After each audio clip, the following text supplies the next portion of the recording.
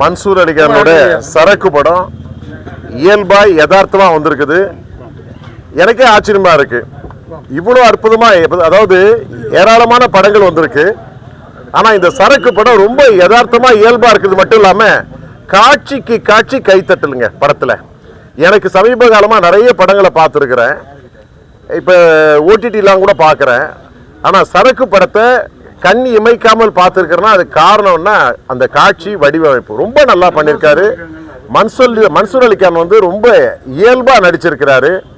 ஆயிரக்கணக்கான போராட்டங்கள் செய்தாலும் கூட இந்த ஒரு படம் அந்த சாதனையை முறியடிச்சிருக்குன்னு தான் நான் சொல்லுவேன். உண்மையிலே யதார்த்தமா இருக்கு, சிறப்பா இருக்கு. அதுவும் நீதிமன்ற காட்சிகள், இதுவரையில நீதிமன்ற காட்சிகள் இந்த படத்துல இடம்பெற்ற மாதிரி வேற எந்த படத்திலும் இடம்பெறல.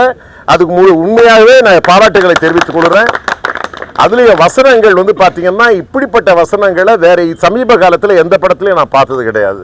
அதுவும் துணிச்சலும் தைரியமும். இந்த படம் எடுக்கிறதுக்கு ஒரு துணிச்சல் தைரியம் வேணும். ஆனா இதை எப்படி அனுமதிச்சாங்கன்னு தெரிஞ்சுன்னா உண்மையிலே அந்த அனுமதி கொடுத்தவங்களுக்கும் நம்ம பாராட்டணும்.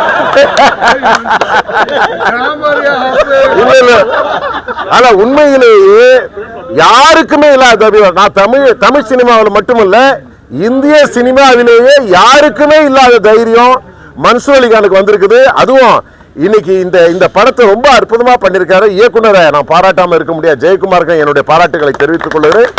எல்லா டெக்னீஷியனும் ரொம்ப நல்லா பண்ணிருக்காங்க. இயல்பா, அதாவது பாத்தீங்கன்னா சமீபத்தில் எனக்கு தெரிஞ்சவர்களும் தமிழ்நாட்டிலேயே எடுக்கப்பட்ட படங்கள் அதிகமா பெரிய பெரிய கதாநாயகர்கள் வச்சு எடுக்கிற படங்கள்லயே அதிகமா இன்னைக்கு வந்து கதாபாத்திரங்கள் நிறைந்த ஒரு படம்னா இந்த படம் தான் நான் சொல்லுவேன். நான் அவ்வளவு கதாபாத்திரங்கள் இருக்கு. அதே மாதிரி பார்த்தீங்கன்னா பாக்யராஜ் வர்ற காட்சிகளும் சரி, பழக்கருப்பையா வர்ற காட்சிகளும் சரி, நாஞ்சில் சம்பத் வர்ற காட்சிகளும் சரி, ரவிக்குமார் வர்ற ரவிக்குமார் வர்ற காட்சியா இருந்தாலும் சரி, அதோட இவங்கெல்லாம் எப்படி ஒத்துழைப்பு கொடுத்தாங்கன்னா இந்த கான்செப்டுக்கு மன்சூர் அலிகானுக்கு ஒத்துழைப்பு கொடுத்துருக்காங்க. அருமையா அற்புதமா அமைஞ்சிருக்குது. என சமீப காலமா இது எல்லாரும் பார்க்கணும். அதாவது இந்த படம் வந்து மன்சூர் அலிகான் ஒரு இமேஜ் இருக்குது.